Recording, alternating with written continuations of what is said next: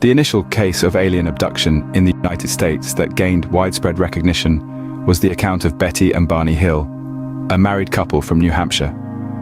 They asserted that they were taken captive by extraterrestrials aboard a UFO in 1961. Nevertheless, there exists an earlier incident of abduction, which occurred in 1957 and revolves around Antônio Vilas-Boas, a farmer residing in rural Brazil. Vilas-Boas claimed that while he was operating his tractor in the fields, he was abducted by a group of extraterrestrials who were approximately 5 feet tall.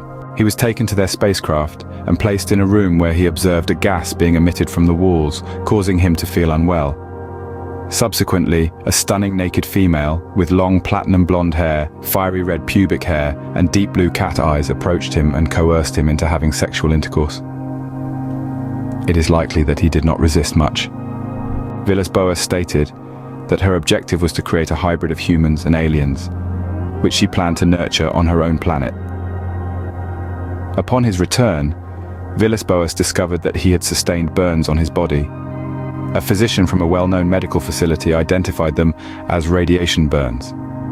This physician, Olavo Fontes, had connections with the American UFO investigation organization APRO. Vilas-Boas had no memory of how he had received the burns. The narrative garnered global recognition during the latter part of the 1950s. Numerous individuals were inclined to accept its authenticity due to politically incorrect motives, asserting that a supposedly modest farmer from rural Brazil could not possibly fabricate such a story. However, in truth, Vilas-Boas was far from humble or uneducated. His family possessed extensive expanses of land and owned at least one tractor. Furthermore, he pursued a career in law and practiced until his demise in 1992. Scientists overwhelmingly reject the notion that stories of abductions have any basis in reality. In fact, the majority of these cases are either deliberate deceptions or the result of individuals experiencing abnormal psychological conditions. Peter Rogerson, an American researcher and skeptic, raised doubts about the truthfulness of Vilas-Boas's account.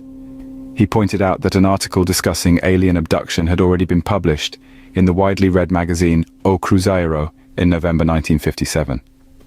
Rogerson further observed that Vilas-Boas's story gained significant attention only in 1958, suggesting that he may have fabricated his encounter to make it more believable.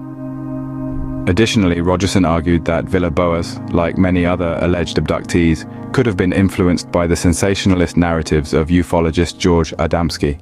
The abduction accounts often share similarities with the story of Vilas-Boas, including being taken by extraterrestrial beings in their spacecraft, undergoing medical examinations that focus on the reproductive system, encountering sexual contact with aliens, and having unexplained marks on the body.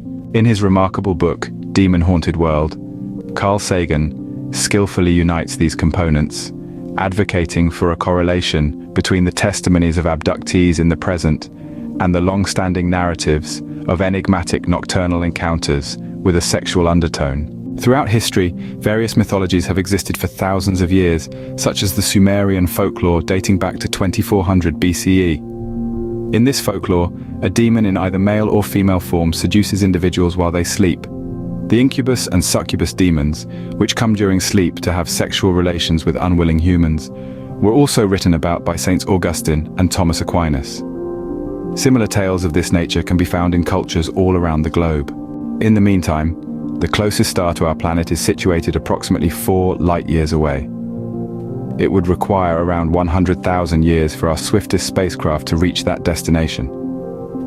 Assuming the existence of intelligent extraterrestrial beings who manage to visit us, their technological advancements would surpass our wildest imaginations.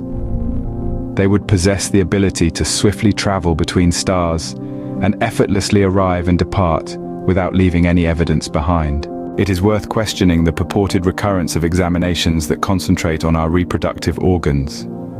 Considering the supposed advanced technology possessed by extraterrestrial beings, one would expect their medical equipment to be more sophisticated than what is commonly depicted in stories of abductions. J. William Schopf, a renowned paleontologist from the University of California, emphasized the need for extraordinary evidence to support extraordinary claims.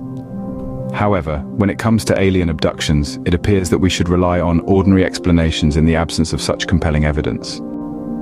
Scientists have a strong desire to obtain evidence of extraterrestrial life, particularly intelligent life. However, the cornerstone principle of science is to establish claims on evidence that can be verified through data. Without this foundation, scientific claims would lack credibility.